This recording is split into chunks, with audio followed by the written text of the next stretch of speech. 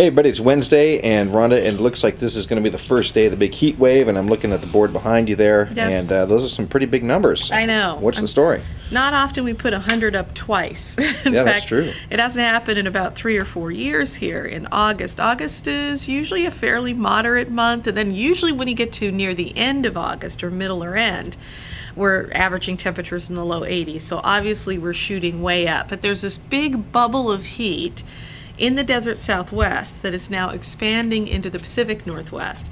Not the greatest news for the people that are fighting all those wildland fires in eastern Washington and also southeastern Oregon. The good news is the wind dies down a bit today for those folks. However, the heat is just going to get worse. So here's what's going on. We're going to hit a high of about 94 degrees today.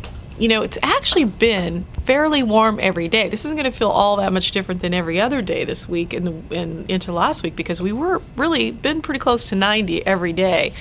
So 94 today, tomorrow up to 100, 101, or even as warm as 103 in some areas. And by the way, coastal residents, looks like a high of about 85 to 90 tomorrow, and as anywhere from 75 to 80 today. So it's going to be very, very warm for coastal residents or anybody headed to the coast. You can't really escape the heat that much there. Too bad. Too bad. Okay, 90 is the forecast high for Saturday, and that is definitely because of cloud cover and the possibility of thunderstorms coming over the Cascades. But some of that cloud cover will drift over the valley, and that may help to cool us down a little bit. It'll be a lot more humid on Saturday. You're really going to feel the humidity, especially with this kind of heat. It's almost intensified, kind of like being in the South. Right. Yeah.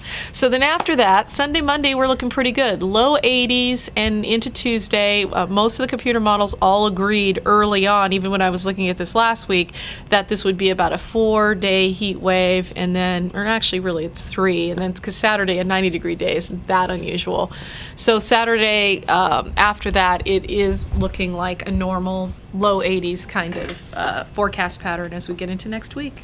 And now looking at this numbers, you know, one of the saving graces, I guess you could say, is at night, it's cooling off quite a bit, you know, a good 40 degrees worth. Yes. What yes. time does the cooling kind of set in? It's usually really early in the morning. You know, you may not know this, but this time of year, we actually take the morning low temperature right about sunrise.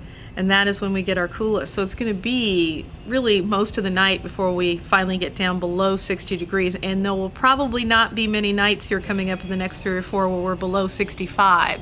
So some of our nights have been nice lately, but once we start to get up near 100, then it's tough for us to cool down. And I wouldn't be shocked if you wake up and it's 70 at 4 or 5 in the morning when you get up. Wow, that's crazy. So it will be crazy for the next few days.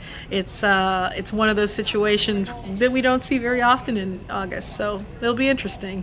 We want to remind everybody that we've got some tips on staying safe and staying cool on KATU.com, and just go there. And we got a big story that says heat wave, can't miss it. And we'll have updates from Rhonda there and any other news associated with the heat as we get it. For sure. And we'll, of course, keep you updated on KATU News if anything changes. But again, this we could see coming a while back. So we definitely expect it to be extremely hot for about 3 days, 4 days in a row here. All right, Rhonda, thanks for the updates. You bet.